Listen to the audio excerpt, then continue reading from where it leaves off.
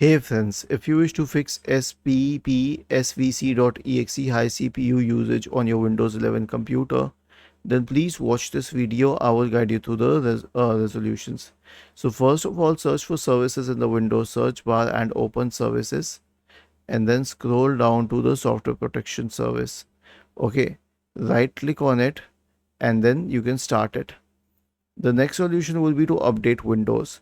Right click on the start button and select settings from the menu. Go to the Windows Update tab on the list on the left hand side and click on check for updates in the right pane.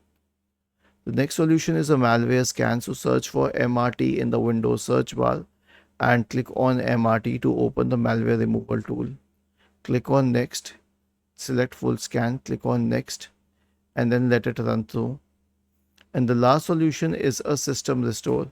So search for recovery in the Windows search bar and open recovery. Click on open system restore. Choose a different restore point. Click on next. Choose a good restore point. Click on next. Click on finish and then finally click on yes. Was this helpful? If yes, then please subscribe to the channel.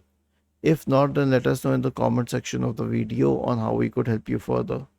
Thank you for watching this video and have a nice day.